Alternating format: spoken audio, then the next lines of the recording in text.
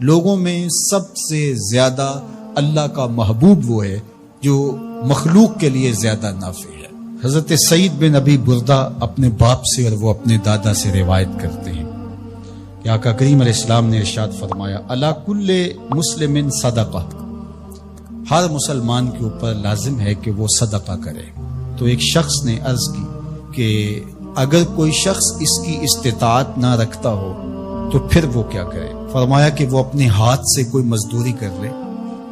اور اپنا پیٹ بھی پالے اور اس میں سے کچھ بچا کے اپنے ضرورت مند بھائیوں کی مدد کرے۔ جب حالات ایسے ہوں تو وہ کچھ مزدوری کر کے ان کے درد کا مداوع کرے۔ عرض کی حضور اگر کوئی یہ بھی نہ کر پاتا ہو تو آقا کریم نے ارشاد فرمایا وہ کسی مشکل میں پھنسے ہوئے شخص کی، کسی حاجت مند کی ضرورت کو عملاً پورا کر دے،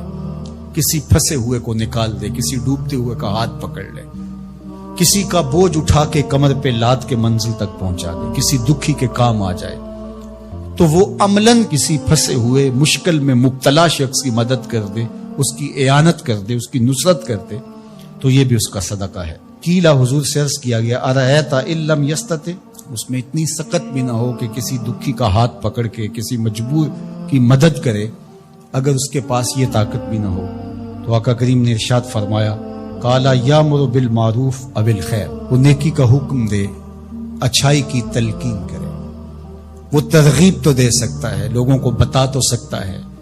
کہ فلاں گلی میں ایک فاقہ زدہ شخص زندگی اور موت کی کشمکش میں ہے، لوگوں اس کی مدد کو پہنچو۔ وہ دہائی تو دے سکتا ہے، وہ شور تو مچا سکتا ہے، اپنے بھائیوں کی مدد کے لیے لوگوں کو تحریض تو دے سکتا ہے، ترغیب تو دے سکتا ہے، ابھار تو سکتا ہے۔ پھر عرض کی گئی ارأیت ان لم یفعل، کہ حضور اگر وہ یہ بھی نہ کر سکتا ہو تو آقا کریم نے ارشاد فرمایا اس کا وجود کسی کے لیے شر کا ذریعہ نہ ہو، اس کا وجود کسی کے نقصان اور ضرر کا سبب نہ ہو، فرمایا فإنها صدقہ، اس کا یہی صدقہ ہے۔ کسی کو سکھ نہیں دے سکتا تو دکھ نہ پہنچائے، کسی کی مدد نہیں کر سکتا کسی کو دھکا نہ دے، کسی کی خیر خواہی نہیں کر سکتا تو بدخواہی کا مزاج چھوڑ دے، تو یہی اس کا صدقہ ہے۔ اللہ اکبر۔ تو اللہ کے محبوب علیہ السلام نے ہمیں ایک لاحہ عمل دیا، میں اور آپ دیکھیں کہ ہم ان میں کس مقام پہ کھڑے ہیں۔ اللہ نے اگر ہمیں مال فراواں عطا کیا ہے ہماری ضرورت سے زیادہ تو ہمیں اس میں سے صدقہ کرنا چاہیے، دل کھول کے صدقہ کرنا چاہیے۔ حضور علیہ السلام نے 3 چیزیں قسم کر کے کہیں کہ میں محمد صلی اللہ علیہ وآلہ وسلم اللہ کی قسم کر کے کہتا ہوں ما نقصا مال عبد من صدقہ، صدقے سے مال کبھی کم نہیں ہوتا۔ اور سنو اللہ کے محبوب کیا فرما رہے ہیں، اور میں ان لوگوں کے نام اپنی محبتیں پیش کرتا ہوں جو اس وقت میدان عمل میں موجود ہیں اور گرم موسموں کے تھپیڑے گوارا کر رہے ہیں اور اپنے بھائیوں کے ساتھ مشکل کی اس گھڑی کے اندر، مصیبت کے ان لمحات کے اندر کھڑے ہیں۔ مفلوق الحال لوگ اپنی غربت، لاچاری، بیماری، بھوک، ننگ، افلاس کی وجہ سے بعض اوقات تہذیب بھی کھو بیٹھتے ہیں، لیکن اس کے باوجود اس پہ صبر کرنا اور ان سے الجھنے کی بجائے